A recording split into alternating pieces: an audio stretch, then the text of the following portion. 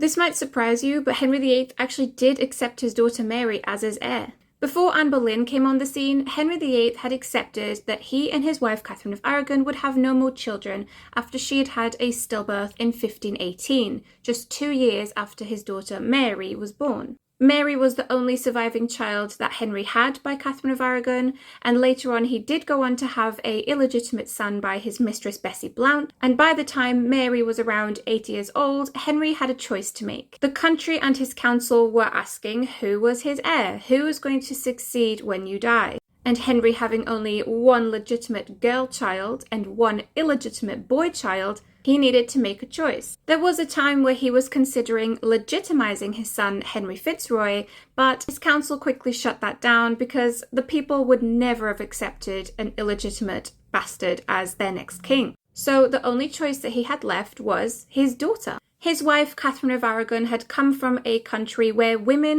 were already ruling in their own right. Her mother, Isabella de Castile, was the queen regnant of Castile, and her sister Juana took over when Isabella died. So to Catherine, it was quite clear that if God had taken all their children and left only Mary, a girl, God must want England to be ruled by a woman. Henry took some persuading, of course, but in the end he did accept this. And so when Mary was about 8 years old, he sent her to Ludlow to preside over the Prince's Council. This was where all the princes of Wales were sent to learn how to rule and to one day be king.